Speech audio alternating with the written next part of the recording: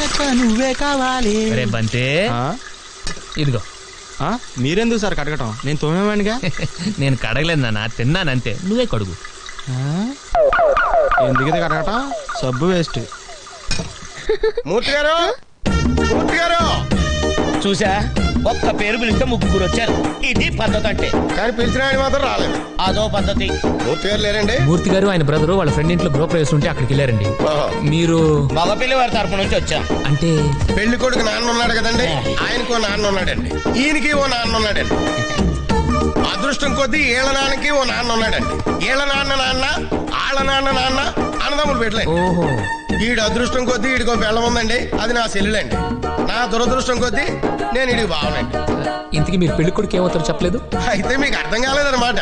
పెళ్లి కొడుకు నాన్న అంత అక్కర్లేదు, ఒక్క మొక్కలో చెప్పండి. నేను బాబాయ్ అవుతాను, ఈడు మామయ్య అవుతాడు. పెళ్లి కూతురుకి అయితే ఈడు బాబాయ్ అవుతాడు, నేను మామయ్య అవుతాను. ఈయన బాబాయ్ గారును, ఆయన మామయ్య గారు. పిల్ల మరి కొరసైపోద్దేమో. దానిలో ఆడికేం నచ్చిందో మనకేం తెలుసు. ఏం చదువుతున్నావు అమ్మా? 9th class. పెళ్లి అయితే చదువు మానేస్తావా? దానికి పెళ్ళైతే నేనెందుకు మానేడు? ఏమండి, పెళ్లి కూతురు ఏ అమ్మాయి అండి? ఆ అమ్మాయి కాదు. అచ్చం మాధురి దీక్షిత్లాగా ఉన్నావమ్మా. మహాలక్ష్మిలా ఉన్నావు అంటే మూటుగా ఉంటుందని అలా అన్నాలే. ఒళ్ళంతా చమత్కారమే ఏదవకి. ఏగో అమ్మా, ఇంట్లో పెట్టు. ఏంటివి? మొక్కజొన్న పోతులమ్మా, జాగ్రత్త లోపలెట్టు. ఏట్రా అందరూ వెళ్ళిపోయారు? పద్ధతే. పెద్దోళ్ళం మనం మాట్లాడుకుంటుంటే మధ్యలో ఎందుకని. అయ్యో, వాళ్ళని చూస్తే లంచ్ చేసేదాకా వెళ్ళేలా లేరు. ఏం చేస్తారు, గిన్నెలు కూడా కడిగేశాంగా. నాకు వంట కూడా రాదు. వెంకీకి వచ్చిగా చిన్నప్పటి నుంచి వాళ్ళ డాడీ కొండి పెట్టేవాడుగా. ఆ రోజు ఆవేశంలో తప్పుగా చెప్పాను. యాక్చువల్లీ నాన్న వండి పెట్టేవాడు, నేను తినేవాడిని. ఇప్పుడు ఎలా? మీరు తప్పకుండా చెప్తా. ఇంత డ్రింక్ తాగాక మనిషి అన్నవాడు ఎవ్వడూ భోంచేయలేదు. Thank you Venky. It's okay. తీసుకోండి. ఎందుకమ్మా ఇవన్నీ? పద్ధతే. భోజనానికి ముందు పెద్ద పెద్ద నీళ్ళలో ఇలా జ్యూస్ తాగుతారు, ఆకలి బాగా అవుతుందని. అంటే భోజనాన్ని కూడా ఇక్కడే ఉండిపోతావా? లేకపోతే హోటల్కి వెళ్ళి తింటావా? ఈ అంకులో ఇంటికి వచ్చి ఇస్త్రీ వేయకుండా వెళ్తే ఆ తర్వాత ఈ అంకుడి దగ్గర మాట వచ్చేద్దే. నలుగురు అడిగితే తలకాయ ఎక్కడ ఎట్టుకుంటాం ఏండి? అవునండి.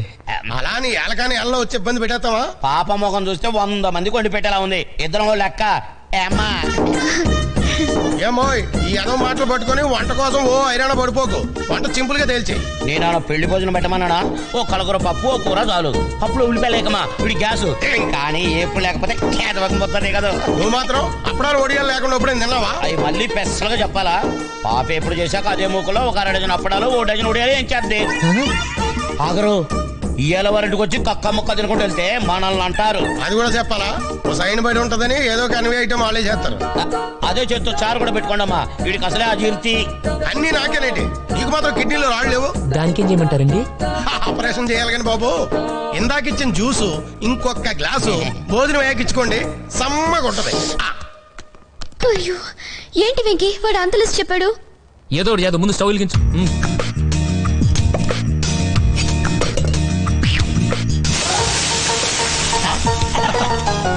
ప్రతి నిమిషానికి ఇలా నీళ్లు చల్లుతూ ఉండండి, ఓకే?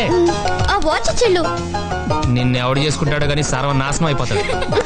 నేను ఒక్కదాన్ని వదిలేసి వెళ్ళిపోతావా? అంత ఓవరాక్ట్ చేయకు, ఇప్పుడే వస్తాను. బంతి, రే బంతి, వదిలేసిస్తాను కానీ అర్జెంట్ హోటల్కి వెళ్ళి తీసుకురా. ఇప్పుడే కదండి భోజనం చేశారు. ఎంతసేపట్లో తెమ్మంటారండి? బావా నాకు డౌట్, ఎన్వే ఐటమ్ కానీ చేయట్లేదంటవా? మసాలా వాసన రావట్లేదు. వాళ్ళకి మసాలా వాసన రావట్లేదంట. నువ్వు తప్పుకో. ఏంటి వెతుకుతున్నా?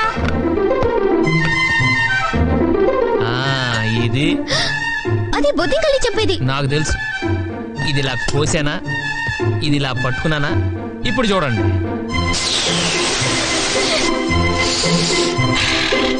చూసా, గసగసాలేసి నూరినట్టు కమ్మగా ఘాటుగా ఎంత చక్కని వాసన వస్తుందో. పద్ధతి లేనేదో.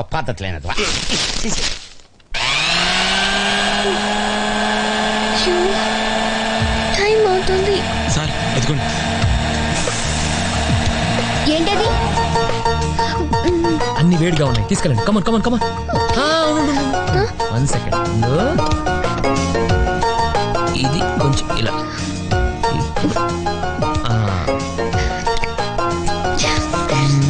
అది కొంచెం అలా. ఓకే, ఇప్పుడు నిజంగా వంట చేసినట్టు ఇక వెళ్ళి ఏమైనా బావా మనోడు అదృష్టవంతుడు. అందరినీ చెల్లెలా ఉంటారేంట్రా? అవునండి. ఇలాంటి భోజనం చేసిన తర్వాత ఒక్క కిల్లి వేస్తే ఉంటది బావా. స్పెషల్ గా కిల్లీలు కూడా కట్టించారా? అబ్బే స్పెషల్ గా చెప్పక్కర్లేదండి, భోజనం ఆర్డర్ అయితే కిల్లి వాళ్ళే ఫ్రీగా ఇస్తారు. అబ్బే మీలాంటి వాళ్ళు ఇంటికి వచ్చినప్పుడు కిల్లి గురించి పెద్ద స్పెషల్ గా చెప్పాలా అంటున్నాడు. మరి వస్తానమ్మా, నాన్నగారు వస్తాడు కానీ అని చెప్పు. వెళ్ళొస్తా బాబు.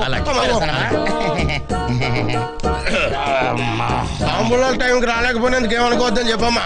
పెళ్ళికి మనం 10 రోజుల ముందు వచ్చి వాళ్ళని మర్చిపోతారు లేరా? తొందరగా తెవులు అవతల బస్సు టైం అయిపోతుంది. వెళ్ళొస్తామా? వెళ్ళొస్తాం బాబు. థ్యాంక్ యూ వెంకీ, నువ్వు లేకపోతే ఈ రోజు చాలా గొడవ అయ్యేది. అబ్బే అంత థ్యాంక్స్ చెప్పనక్కర్లేదు, అంత వద్దు. సరే మీరు వెళ్ళి డ్రెస్ తీసుకోండి, వెళ్ళండి. నువ్వు? నేను మనవాడితో కొంచెం కిళ్ళి గురించి మాట్లాడొస్తాను. మీరు వెళ్ళండి వెళ్ళండి. ఏనా కిళ్ళి సంగతి ఏంటి?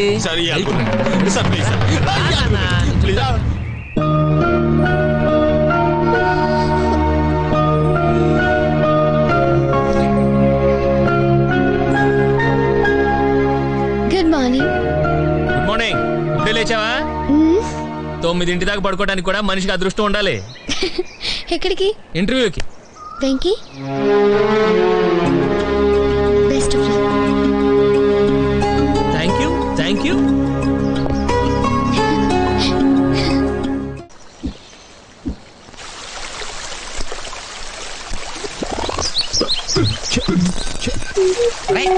ఏంటా నువ్వు చేస్తుంది? మొక్కలు తడుగుతున్నావు. ఏమన్నా అంటే అన్నా ఉంటారు కానీ రోజు క్లబ్లో ఆడతారు కదా, ఇంట్లో కూడా ఎందుకండి దరిద్రం? పిచ్చి బండి కర్ణం మల్లేశ్వరి ఒలింపిక్స్ 4 ఏళ్ళకి ఒకసారే కదా అని రోజు వెయిట్ ఎత్తడం మానేసి రిలాక్స్ అయిపోతుందా? సచిన్ టెండూల్కర్ 1 డే ఆడినప్పుడే కొడదాంలే అని ఎవ్రీడే నెట్ ప్రాక్టీస్ చేయకుండా ఉంటాడా? ఇది కూడా అంతేరా. క్లబ్ లో ఆడతాం కదా అని మిగతా టైంలో ఆడకుండా ఉంటే హ్యాండ్ రేజ్ అవదు, డల్ అయిపోదు.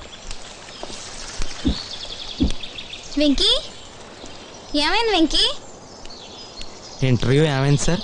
సారీ అని ఉంటాడు. రే బంటి, ఈ రోజు నుంచి నా లైఫ్ లో గోల్డెన్ డేస్ అయిపోయారా.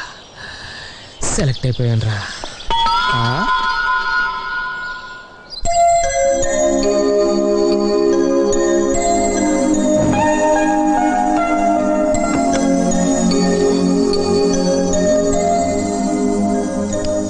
ఏంటి సార్ పార్టీ ఎప్పుడు ఇస్తున్నారు? ఎందుకు? జాబ్ వచ్చింది కదా. వస్తే జీతం ఇస్తారు కదా. కావాలంటే జాబు జీతం 2 నువ్వే తీసుకో, పార్టీ కూడా ఇవ్వక్కర్లేదు. అంటే నీకు పని చేయడం ఇష్టం లేదా? ఉద్యోగం చేయడం ఇష్టం లేదు. నాకు తెలుసు, మీ డాడీ ఉత్తరంలోనే రాశారు. ఫైనల్ గా చెప్తున్నాను, ఆ ఉత్తరం గురించి ఎత్తుకో. లేకపోతే ఏంటి, మీ నాన్నవ నువ్వు విమానం ఎక్కి విదేశాలు వెళ్ళాలంటుంటే నువ్వు ఇక్కడ ట్రాక్టర్ ఎక్కి పొలం తులుతానంటావు. తప్పేంటి? తప్పుకోక ఇంకేంటి, ఇన్నాళ్ళు కష్టపడి చదివించింది నువ్వు అనకాపల్లిలో వ్యవసాయం చేసుకోవడానికా? అంటే 25 ఏళ్ళు నన్ను పెంచారు కాబట్టి నేను అమెరికా వాళ్ళు 10 ఏళ్ళు డబ్బులు పంపిస్తే లెక్క సరిపోద్ది చెల్లు. ఇదేమన్నా బిజినెసా? ఇప్పుడు నేను అమెరికాకి వెళ్ళి డబ్బులు సంపాదించి కారు కొంటాను, దాని పక్కన నిలబడి ఓ ఫోటో తీయించుకొని పంపించాలి. అంతేగాని దాంట్లో మా నాన్న ఎక్కించుకొని తిరగలనా? లేదు. అదే మా ఊళ్ళో వ్యవసాయం చేసుకుంటే కనీసం మా నాన్న స్కూటర్ ఎక్కించుకొని తిప్పగలను, అది నాకు హ్యాపీగా ఉంటుంది. మా నాన్నకి జ్వరం వస్తే అమెరికా నుంచి ఫోన్ చేసి టాబ్లెట్ వేసుకున్నానా అని మాత్రమే చెప్పగలను. అదే టాబ్లెట్ నా చేత్తో వేసి పక్క నుండి చూసుకుంటే నాకు తృప్తిగా ఉంటుంది. నీకు తెలియదు నందు, నాకు 4 ఏళ్ళప్పుడే మా అమ్మ చనిపోయింది. ఎంతమంది చెప్పినా నాన్న మళ్ళీ పెళ్లి చేసుకోలేదు నా కోసం. ఇన్నేళ్లలో నాకు ఎప్పుడు అమ్మలేని లోటు తెలియనివ్వలేదు. అలాంటి ఆయన నీ వయసులో వదిలేసి వెళ్ళిపోవటం కరెక్టా? నాకు కనీసం ఫ్రెండ్స్, సినిమాలు, సరదాలైనా ఉన్నాయి నందు. కానీ మా నాన్నకి నేను తప్ప వేరే ప్రపంచం లేదు. ఆయన ఎంతసేపు నేనేమవ్వాలో ఆలోచిస్తున్నాడు. కానీ నేను ఒక్కడిని వదిలేళ్తే ఆయన ఏమైపోతాడో నేను ఫీల్ అవుతున్నాను. నేను పెరిగిన ఇల్లు, నేను తిరిగిన ఊరు, నన్ను పెంచిన నాన్న, నన్ను ప్రేమించే స్నేహితులు అందరిని వదిలేసి అక్కడికి వెళ్ళి ఏం సాధించాలి? నా 10 ఎకరాలు ట్రాక్టర్ నాకు చాలు. సాయంత్రం దాకా పొలం దున్నుకుని సరదాగా ఫ్రెండ్స్తో దమ్ము కొట్టి సెకండ్ షో సినిమాకి వెళ్ళి వచ్చి పడుకుంటే చాలదా? ఒకటి చెప్పనా నందు, మనం గెలిచినప్పుడు చప్పట్లు కొట్టేవాళ్ళు, మనం ఓడిపోయినప్పుడు భుజం తట్టేవాళ్ళు, నలుగురు లేనప్పుడు ఎంత సంపాదించినా ఎంత పోగొట్టుకున్నా తేడా ఏం ఉండదు. Good night.